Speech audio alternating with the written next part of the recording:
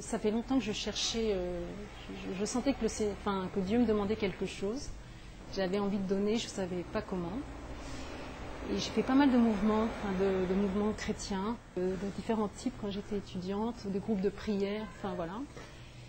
Et puis un jour par hasard, c'est en cherchant justement, on m'a parlé de l'Opus Dei. J'étais dans une résidence d'étudiante pour écouter un cours. Et moi j'ai eu le coup de foudre, ça a été très rapide. Et je me suis dit, ça c'est pour moi, c'est exactement ce que c'est trop bien fait, c'est ce que je cherche depuis plusieurs années. Donc ce que j'ai beaucoup aimé, c'est quand j'ai entendu parler de cohérence, en fait, le fait que d'être chrétien aujourd'hui, d'aimer le Christ, ça avait des conséquences directes sur la vie professionnelle, la relation avec les autres, surtout, et qu'il fallait... c'était un tout, en fait. Dans l'Opus Dei, on parle beaucoup d'unité de vie, c'est une expression qu'on aime beaucoup. Et voilà, c'est-à-dire qu'on ne peut pas être seulement chrétien du dimanche ou chrétien ponctuellement, et puis après oublier, faire comme si Dieu n'existait pas. Là, en fait, il s'agit d'être contemplatif au milieu du monde, donc de penser à Dieu. On y pense tout le temps, de manière comme une personne amoureuse pense à la personne aimée parce que ça lui fait plaisir.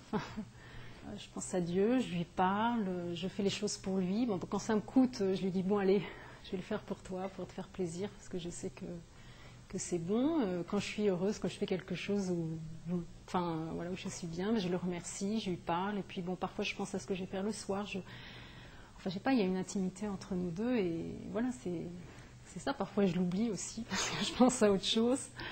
Et voilà, mais on se cherche. Lui il est toujours là, mais je pense que rencontrer le Christ, c'est l'aventure la plus formidable, merveilleuse que peut vivre quelqu'un. Donc, si je pouvais, je voudrais convaincre tout le monde de vivre cette expérience. Mais chacun son histoire.